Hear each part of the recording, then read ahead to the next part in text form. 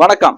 கரம்பக்குடி எம்ஜிஆர் கார்ஸ்ல ஒரு கோண்டா சாஸுங்க, கிரே கலருங்க, 2016 மாடலுங்க, டீசல் வண்டிங்க. டீசல் வண்டிங்க, வண்டியில ஒரு சின்ன டச் இல்லாத வண்டிங்க. இதுல பெரிய அலாய் வீலு, புது டயருங்க. டீசல் காரு, குவாலிட்டியான வண்டி, 2016 மாடலு.